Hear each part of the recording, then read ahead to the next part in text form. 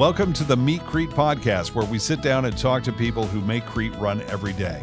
Hi, I'm Dave. I'm one of the creative producers in the communications department at Crete Carrier, and today we're going to talk with someone who I get to talk to every Monday, first thing in the morning, and it makes my entire week. And we have a lot of fun together. You lucky guy. I know. I'm the luckiest man at Crete Carrier. Yeah, it makes you come to work on Monday, doesn't it? Yeah. Yeah. Cathy Wilken, how are you? I'm good. How are you? You're always good. You're always so peppy and happy and cheery. I saved my dark side for home. Well, that's good. Yeah. Your poor husband. Oh, he's so pathetic. He always says if it wasn't for me, he'd be living under a bridge. And I said, I'd let you. Yeah. Yeah, 50 years next year. We'll be Is it together. 50 years? 50. Okay, what's the secret to keeping a marriage going for 50 years without killing each other? Communication and a lot of therapy. And alcohol can help as well. Alcohol? Yeah. Travel? Yeah. Traveling Distance. apart. Yes, distance. Because we are just absolutely opposites. We're just absolutely opposites. That kind of helps too, I think. Well, I was an introvert. I've become an extrovert. And he's always been an extrovert. So I think I needed his excitement and his energy, when I didn't have that. My wife is having mine removed. Oh, yeah. It can get annoying after a while. Yeah. How long have you been at Crete? 30 years. Is it really? I can't believe it. I can't believe I've been married 50 years. I can't believe I've been here 30 years. I have worked full-time 51 years, and I'll be 70 next year. No way. What the heck? No way. Way? You look like 19. You are very sweet. Thank you, Estee Lauder. Product placement. That's amazing. Yeah. That's really amazing. Did it just fly by? Some days it felt like walking through wet cement, the bad days, Mm-hmm. and we don't appreciate the good days enough. I agree with that. Yeah. So at this stage of my life, I'm really trying to embrace every good moment. That's great. Yeah. Everybody should live like that. I'm embracing this moment with you. And as well you should. I think so. This will never come again. It won't. Unless, something gets goofed up and we have to do this again. I guarantee you the producer will never let me have this much fun in a podcast ever again. So. Okay, let's go. All right, here we go. So give me your official title here at Crete. Legal assistant, executive assistant. So I'm in both departments. Okay. Yeah, but I've always worked for the attorneys. And the way that you can tell that Cathy is a legal assistant is if you send her a questionnaire for the podcast, she will send you a lengthy document in 8-point type, single-spaced, and it's about 17 to 18 pages long. Yeah. You asked. I did. Yeah. And very nice work, by the way. It's very complete. So I read a bunch of things this morning about your background and your life before you got to Crete. It's pretty amazing. You're kind of a trailblazing kind of woman. Well, I left out the saucy stuff. We can talk about that later. We're going to have to dim the lights if we're going to get to that. Jiminy Christmas. You started literally from humble beginnings. Very humble. Tell me how you grew up. Poor. Well. Yeah. So my grandparents raised me on a farm in Palmyra, and I remember when we got electricity. I remember when we got plumbing. That's amazing. Yeah. So my kids absolutely don't believe that story. They can't fathom that their mother grew up on a farm with no electricity or plumbing. It seems weird in this day and age with, a computer in your phone. Yeah. The basics like. There are still people that were raised that way. Yeah. And it was tough and it was hard and it was scary. But I look back thinking, oh, I'm so glad. I'm so glad I had that experience. Every experience that you have in your life prepares you for the future, and it molds you. And you evolve through all of those experiences.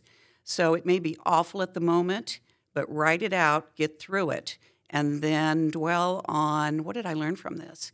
And it also makes you very empathetic to people that have nothing and how they have grown. That's an amazing outlook, because a lot of people might take that personally. Like, why is my life always so hard? Right? And even when they have something, they don't appreciate it because I started out without. Yeah. When I think of the house that I grew up in and then the house I have today, it's unbelievable. We're going to get to your house a little bit too, because I want you to tell me about that. It's a project, right? Oh, all old houses are projects. Right. Yeah. Crumbling, and you just have to build them up again. So you grew up with your grandparents. You've got to go to work. Tell me about, the beginning of your career, how you run into your husband and all that. Well, you just, we were all expected to work. So you started at, an ice cream shop or, a hardware store or, all my friends worked. And so it's just natural, and my mother was divorced, so I had to help. And, she said, you can live here, but you have to pay for your own stuff. So then they didn't really have the laws that they have today, And so I worked at Gold's department store and things of that type, babysitting, anything to bring in the money. And then I did have career aspects and that, sometimes things just don't work out the way you think they're going to. Life kind of gives you a punch every now and then and moves you. And so I did want a naval career. I wanted to be an officer in the Navy.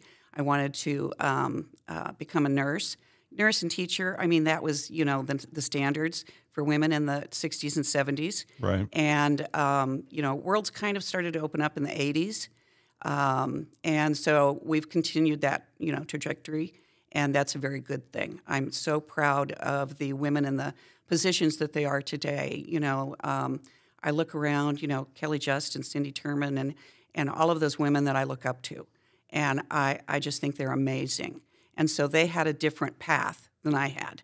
But, my fiance that I met when I was 16, now my husband, did not want me to go into the military. And then there was no opportunity, no night school then for women. So if you have to go to work, you have to work a day job. Very few, night jobs. And so there was no night schools for teachers or nurses or anything like that. You couldn't get online and learn your trade. Right. So, yeah.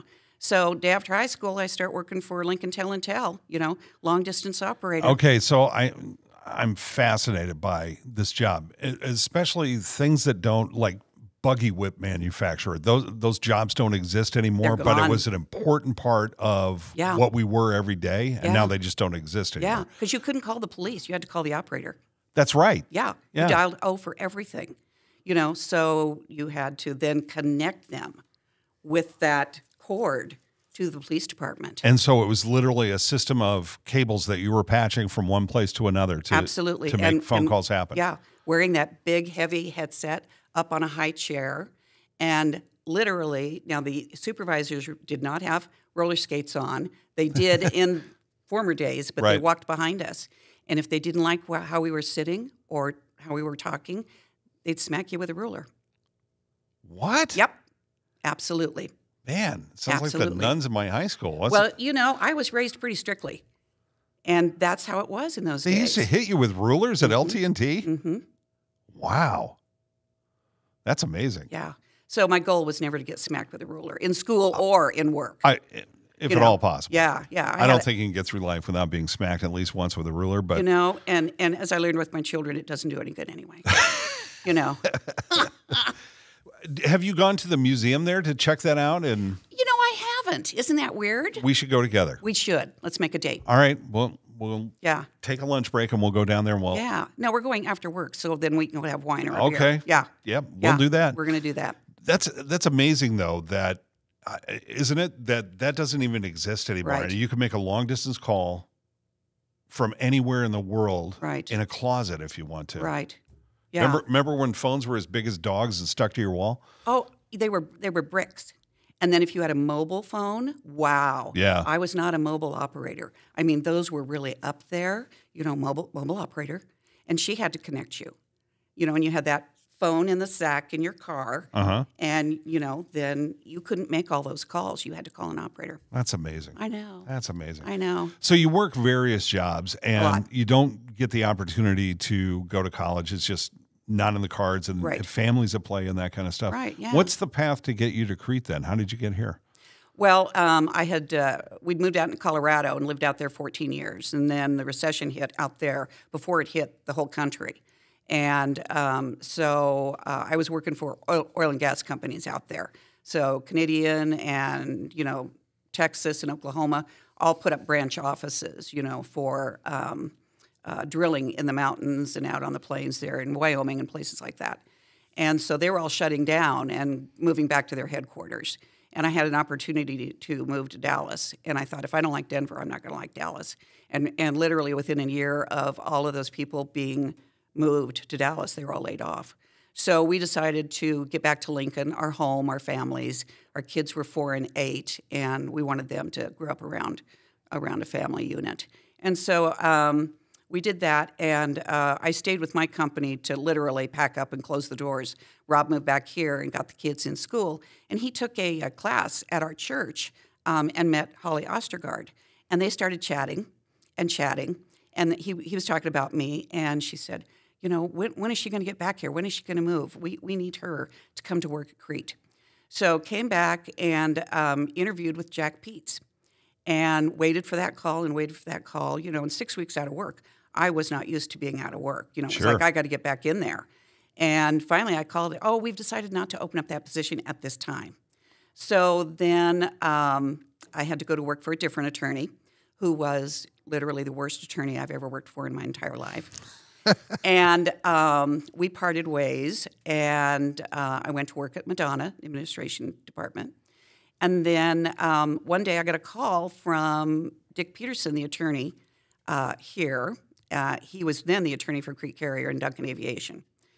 And he said, hey, Jack Peets gave me your resume, and I've just lost my assistant, and I would like to meet you. And I said, Mr. Peterson, I'm done with attorneys. I'm done with you. I said, I never want to work for an attorney again for as long as I live. And he broke out in this raucous laughter. And he said, well, it will be my misfortune to never have met you, Mrs. Wilken. And he just threw me for a loop because he was so polite. And so the next day I had to call him back, and he answers the phone, Dick Peterson. And I said, I hate you. And he laughed again, and I said, you've made me curious. I have to meet you. So we set an appointment. I walked in the office, and the moment I saw him, I fell in love. Wow. Yeah. He was phenomenal. Brilliant, kind, gentle, generous. One of the smartest men I've ever met in my entire life. Yeah.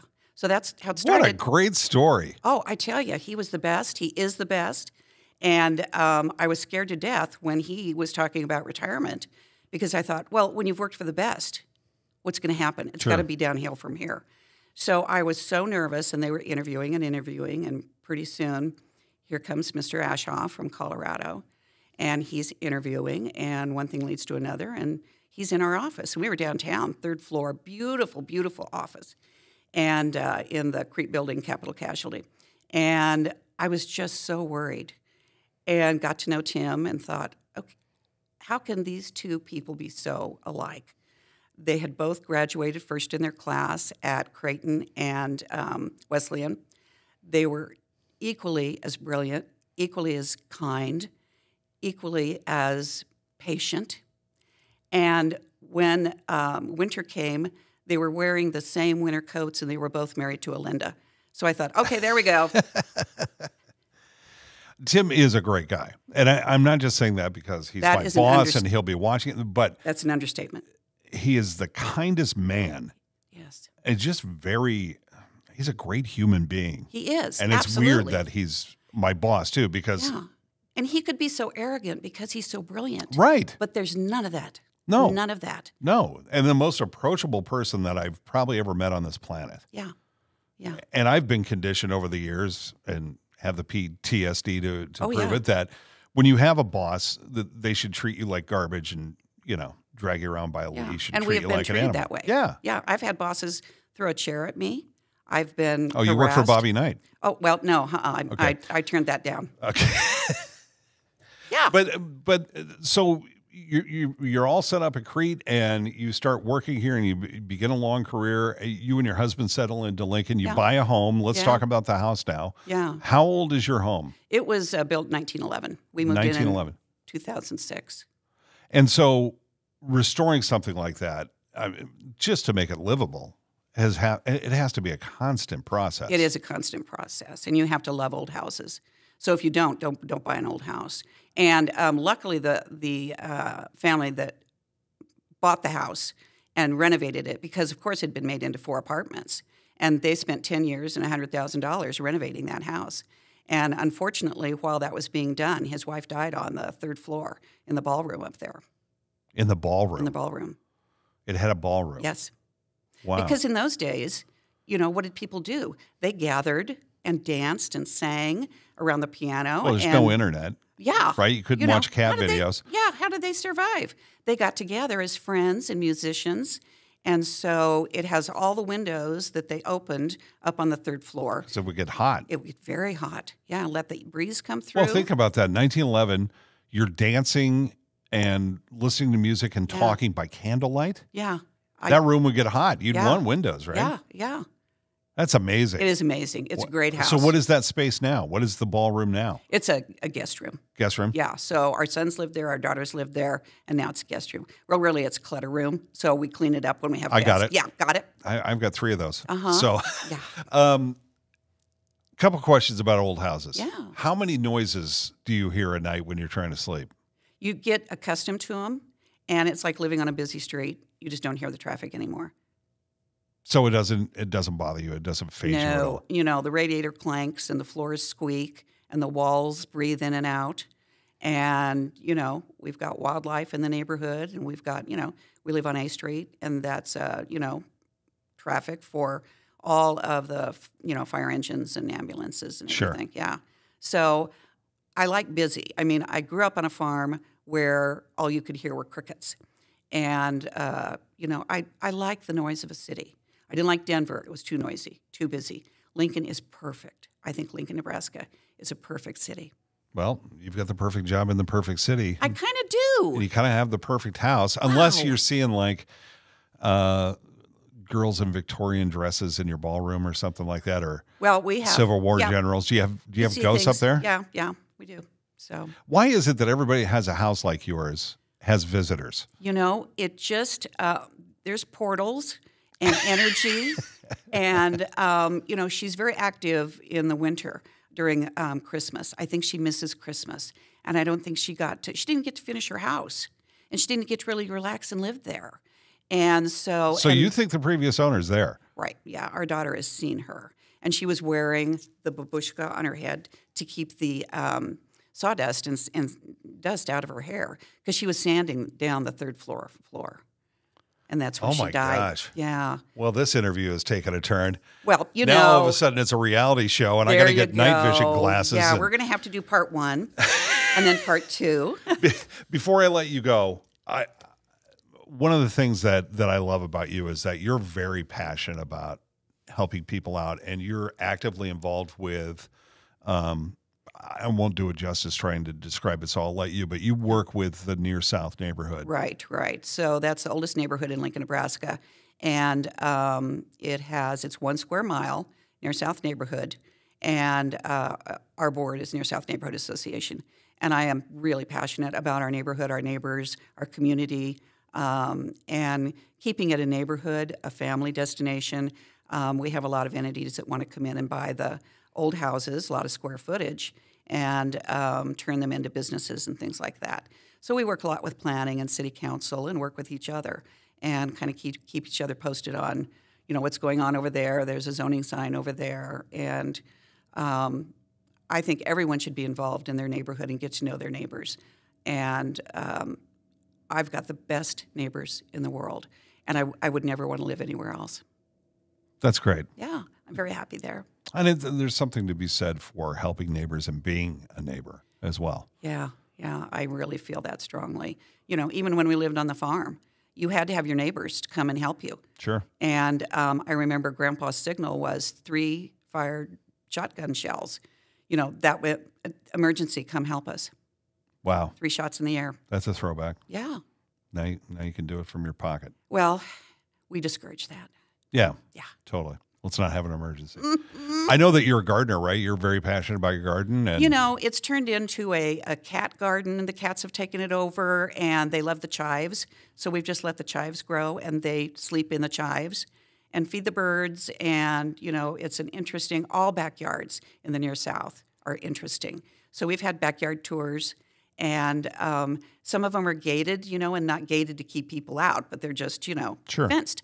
And you open up those fences, and it's kind of like those little areas in Paris where you open up, you know, the center of the building where people can gather. Right. And it's like, I did not know this was here. So How fabulous. great is that? It is so great. That's awesome. I know. So I really am so lucky at this stage of my life. Again, back to cherishing every moment. Well, I'm lucky to be able to work with you and to talk to you first thing Monday every single week. And we have great conversations. We do. Yeah, we're fascinating people. We are. We should have our own show. Let's work on We that. should do a podcast. Well, and I tell you, Oh, wait. We're doing because we've called Chris Hilkeman the culinary counselor because he loves to cook. And Kurt Ruey, our general counsel, said, you know, we should get together someday and call it Rosé Can You See? You know, come on in for a drink and a little piece of food. And so we have that in the works. kind of like that. Yeah, and you and I can do a podcast and just talk. Well, you know some lawyers. Maybe we get some copyrights thrown around There you and go. nail this down before Food Network steals it. I tell you what, you know, well, for the right amount of money. Thanks for everything that you do here, and thanks for sitting down with me. It was a lot of fun. I'm It the luck- just evaporated, just I'm disappeared. the luckiest girl in the world. Yes, you to are. live here, to be married who I'm married to, my beloved children. I have the best friends in the world, and a lot of them are here at Crete. And every day is a gift. Wow. I couldn't even add to that if I wanted to. Thanks for sitting down today. Thank you for asking me. Absolutely. And we need to get to that museum. We'll go right now. Okay. Thanks for listening and watching the Meet Crete podcast. Just a reminder, you can find all of our weekly updates, driver stories, and more episodes of this podcast on the Crete Carrier YouTube channel. We'll be back to find out more about the people we work with inside Crete Carrier and Schaefer Trucking in the next episode of Meet Crete.